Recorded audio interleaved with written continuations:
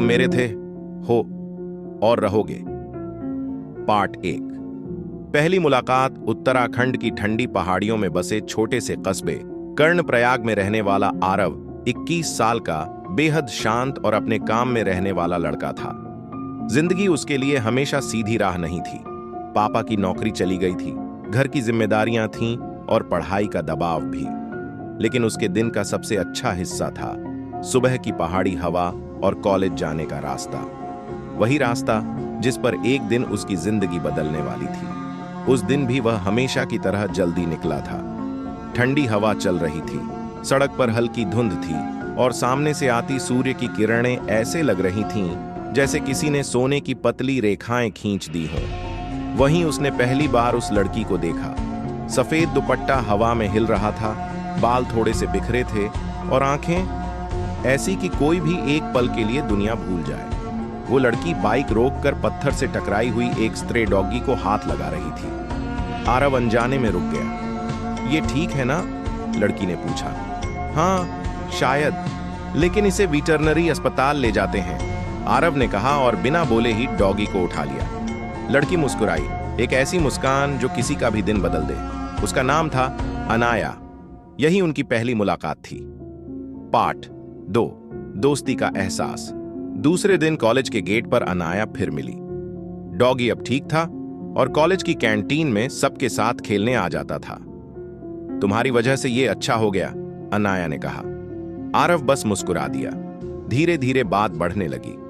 कभी कभी कैंटीन की टेबल पर, कभी लाइब्रेरी में, कभी पहाड़ों के बीच कॉलेज जाने वाली सड़क पर वो दोनों मिलते, हंसते, बात करते। अनाया खुली हुई थी, मजाक करती थी, सबसे बात कर लेती थी और आरव उसके बिल्कुल उलट, चुप, शर्मीला, अपनी दुनिया में रहने वाला। लेकिन कहते हैं ना, सबसे मजबूत रिश्ते उलट स्वभाव वाले लोगों में ही बनते हैं। कुछ हफ्तों में उनकी बातें अब आदत बन चुकी थीं। एक दिन अनाया ने मजाक में कहा, आरव तुम बिना बताए गायब हो गए तो मुझे टेंशन हो जाती है। आरव के दिल का एक कोना उस दिन पहली बार बोला, शायद ये लड़की जरा अलग है। पार्ट 3। प्यार का पहला एहसास। सर्दियों की शाम थी। कॉलेज में सांस्कृतिक कार्यक्रम चल रहा था। अनाया को डांस करना था, लेकिन वो बहुत नर्वस थी। आरव प्लीज बैक स्टेज चलो मेरे साथ, उसने कहा। आरव ने किसी लड़की का हाथ पहली बार पकड़ा था। उसका हाथ ठंडा था, लेकिन आरव का धड़कता हुआ दिल गर्म था। डांस शुरू हुआ। अनाया स्टेज पर थी, लाइटें जल रही थीं, संगीत बज रहा था और पूरा हॉल उसे देख रहा था। पर अनाया सिर्फ एक इंसान को देख रही थी, आरव।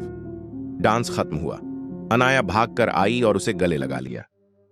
मैं गिर जाती, लेकिन तुम थे तो हो गया। आरव ने कुछ नहीं कहा, पर उस दिन उसे समझ आ गया, वो लड़की उसके लिए अब सिर्फ दोस्त नहीं थी।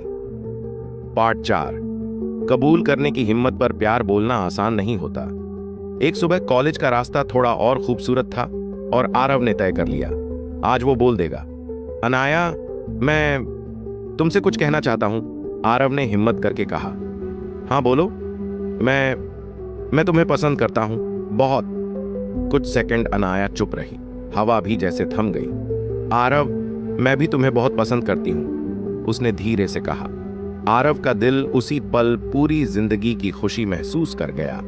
लेकिन अनाया ने एक बात और कही, बस एक डर है, मेरे पापा बहुत स्ट्रिक्ट हैं, अगर उन्हें पता चला तो। आरव ने उसका हाथ पकड़कर कहा, हम धीरे धीरे सब ठीक कर लेंगे। और वो उस दिन से सिर्फ दोस्त नहीं रहे, दो आत्माएं बन गए। पार्ट 5। प्यार के सबसे खूबसूरत दिन अब जिंदगी बदल चुकी थी। कभी पहाड़ों पर बैठकर चाय पीना, कभी कॉलेज लाइब्रेरी की आखिरी सीट पर साथ पढ़ना, कभी छुपकर कैंटीन में मैगी शेयर करना, कभी शाम को नदी किनारे बैठकर बातें करना। उनका प्यार हर दिन गहरा होता गया। अनाया अक्सर कहती, तुमसे बात किए बिना मेरा दिन पूरा नहीं होता, और आरव कहता, तुम मेरे साथ हो तो मुझे और कुछ नहीं चाहिए। उनकी हर मुलाकात एक छोटी खूबसूरत फिल्म जैसी होती थी। पार्ट 6। तूफान। लेकिन हर कहानी में एक मोड़ आता है। एक दिन अनाया रोती हुई कॉलेज आई। उसके पापा को उनके रिश्ते का पता चल गया था। मैंने तुम्हें कहा था ना, वो नहीं मानेंगे, वह रो रही थी। आरव ने उसे समझाया, मैं सब ठीक कर दूंगा, मैं उनसे मिलूंगा। नहीं, अनाया ने चिल्लाते हुए कहा। वो बहुत गुस्से में है, अगर तुम सामने आए तो कुछ गलत हो जाएगा।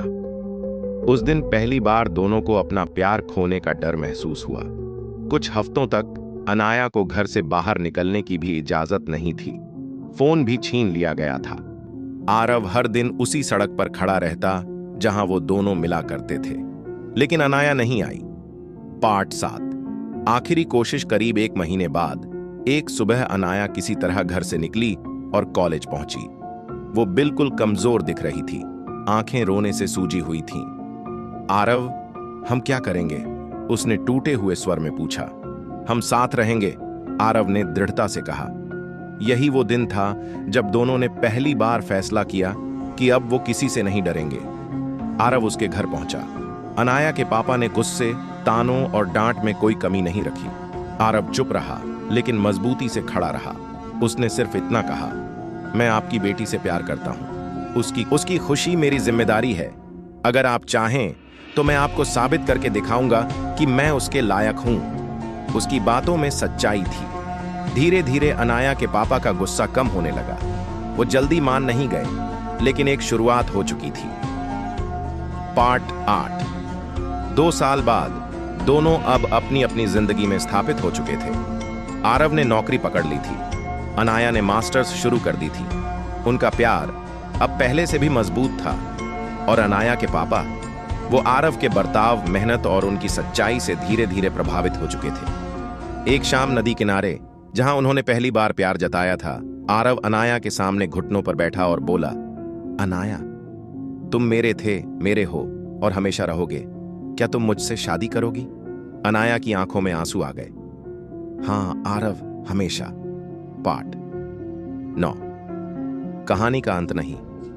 शुरुआत 2 साल बाद पहाड़ों की उसी पुरानी सड़क पर जहां उनकी पहली मुलाकात हुई थी, वहीं से बारात गुजरी।